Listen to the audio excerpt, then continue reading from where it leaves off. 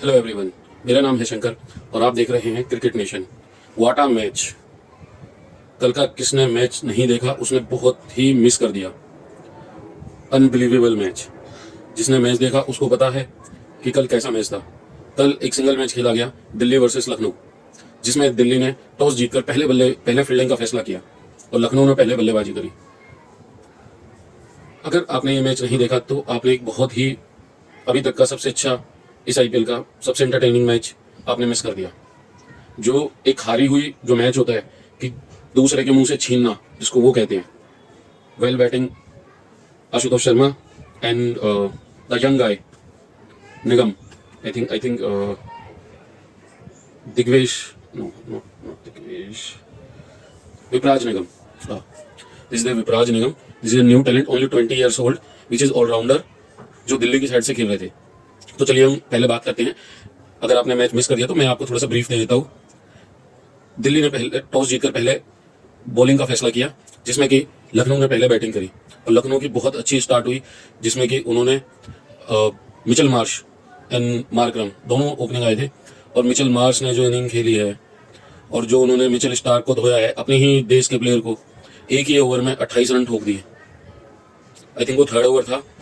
वहीं से पता लग गया था कि जो स्कोर है वो एक हाई स्कोरिंग गेम होने वाला है। और पिच में ऐसा कुछ खास था भी नहीं। ये मैच विशाखापट्टनम में खेला जा रहा था, जो अभी फिलहाल दिल्ली का होम ग्राउंड है, बिकॉज दिल्ली में अभी कोई मैच नहीं है। तो दिल्ली के सारे मैचेस जो हैं वो विशाखापट्टनम में होंगे और दिल्ली का जो होम ग्राउंड है वो अभी विशाखापट्टनम है। तो ये मैच विशाखापट्टनम में ही खेला गया था, जिसमें कि मिचेल मार्श ने शुरुआत में बहुत अच्छी पारी खेली और उसके बाद सोने पे सुहागा निकोलस पूरन, आपको सबको पता होगा वो कितने विस्फोटक बल्लेबाज हैं।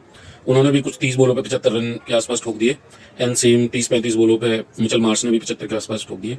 और एक टाइम पर ऐसा लग रहा था कि जैसे स्कोर जो है कि 250 के पार जा सकता है, 250, और वो दोनों खेलते रहते तो मे बी 300 के आसपास भी जा सकता था। एक टाइम पर ऐसा लग रहा था, लेकिन good come back from the Delhi side, जिसमें कि उन्होंने कुलदीप यादव, जिन्होंने बहुत अच्छी बॉलिंग करी, ओनली 4 ओवर में ओनली 20 रन दिए और 2 विकेट भी लिए। उसके अलावा मिचेल स्टार्क ने बहुत अच्छी बॉलिंग करी। उनका सिर्फ एक ओवर ही पिटा था, उसके बावजूद भी उन्होंने टोटल आई थिंक 4 ओवर में 42 रन दिए और 3 विकेट्स लिए, इंपॉर्टेंट 3 विकेट लिए बेसिकली, जिसमें कि निकोलस पूरन की भी विकेट इंक्लूड है। एंड ऋषभ पंत, जो सबसे महंगे प्लेयर थे, वो अभी आईपीएल में खाता भी नहीं खोल सके। उन्होंने 6 बॉलों पर 0 रन बनाए, जो कुलदीप यादव का शिकार हुए। और कुल मिलाकर जो टारगेट 250 और 250 लग रहा था, वो जो रिस्ट्रिक्ट हुआ है 209 रन पर, 211 रन पर, 212 रन का जो दिल्ली को टारगेट मिला है। उसके बाद दिल्ली की शुरुआत बहुत अच्छी नहीं रही। उन्होंने ही पहली, दूसरी, तीसरी, चौथी विकेट बहुत ही जल्दी खो दी, यानी कि 4 विकेट उन्होंने दिल्ली ने पावर प्ले में खो दी थी। आई थिंक 35 रन के आसपास। सारे मेन प्लेयर वापस जा चुके थे एंड थोड़ा सा स्ट्रगल किया, ट्राई किया फाफ डू प्लेसी ने हिट मारने का, लेकिन वो उनकी भी विकेट 65 रन पर गिर गई थी। यानी कि 5 विकेट 6-7 ओवर में दिल्ली की, और आधी टीम वापस थी और टारगेट है 212 रन का। तो ये कहीं से कहीं तक भी आसपास नहीं लग रहा था कि दिल्ली इस टारगेट के कहीं आसपास भी पहुंच जाएगी। तो ये बहुत दूर था उस टारगेट के आसपास भी पहुंचना।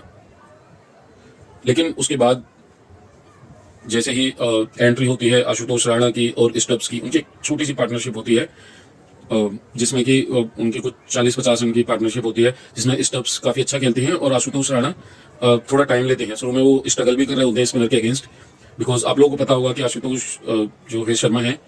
शर्मा वो एक हार्ड हिटर हैं, जो पेस बॉल को खेलना पसंद करते हैं, स्पिन बॉल को उतना पसंद नहीं करते और काफ़ी नीचे क्रम के बल्लेबाज हैं, 5वें 6ठे 7वें पर आते हैं, हार्ड हिटिंग के लिए जाने जाते हैं। इससे पहले वो पंजाब में थे और पंजाब में भी उन्होंने काफ़ी मैचेस जिताए थे, इस तरीके के पहले भी वो मैच जिता चुके हैं।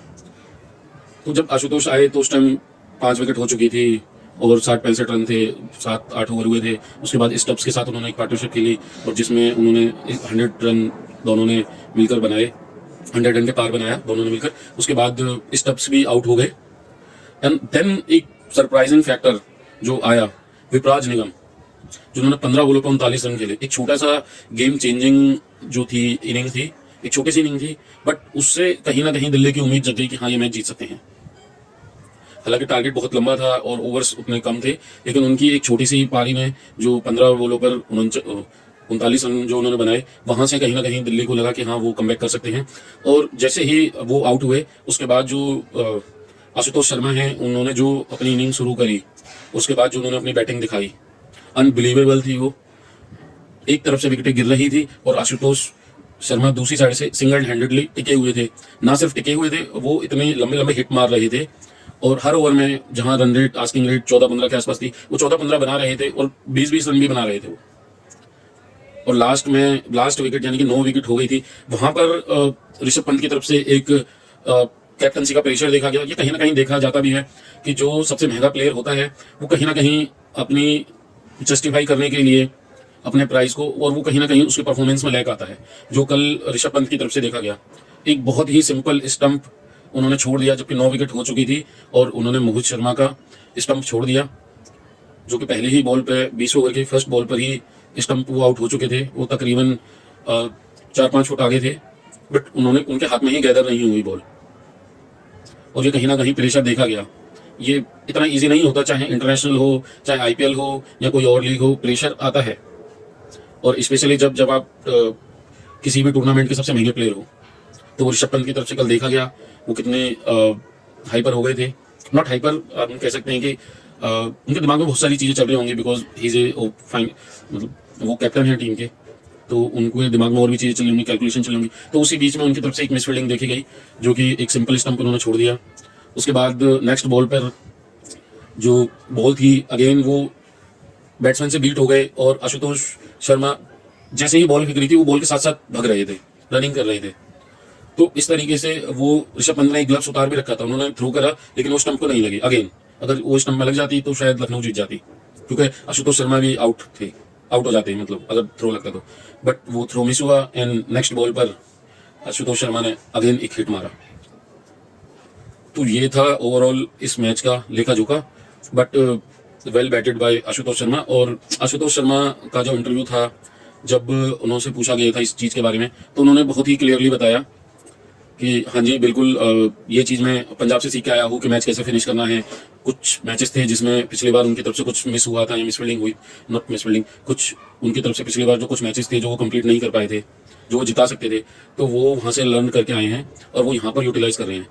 और गाइज ये सिर्फ नॉट ओनली कि ये बोलने के लिए है, ये अपने आप में एक बहुत बड़ी चीज़ है। चाहे मतलब बोलना आसान होता है कि एग्जीक्यूट करना, लेकिन आशुतोष शर्मा ने प्रूव करा है ये चीज़ कि वो लर्न करिए, और उन्होंने मैच फिनिश करा है। उन्होंने बोला है कि लास्ट बॉल तक मुझे एक्सपेक्टेड था कि मैं इस मैच को फिनिश कर सकता हूँ, उन्हें अपने आप के ऊपर बिलीव था, और उनको इस मैच जिताने के लिए उनको मैन ऑफ द मैच दिया गया। जो वो मैन ऑफ द मैच था उन्होंने अपना डेडिकेट करा है। आप जानते हो उनका मेंटोर कौन है? आशुतोष शर्मा को जिन्होंने अपना man of the match dedicate करा है, उन्होंने अपना man of the match dedicate करा है शिखर धवन को। शिखर धवन को अपना मेंटोर बताया है कि थैंक्स टू शिखर धवन, और अपना man of the match Shikhar Dhawan को डेडिकेट करा है। शिखर धवन आशुतोष शर्मा के मेंटोर हैं, उन्होंने बताया।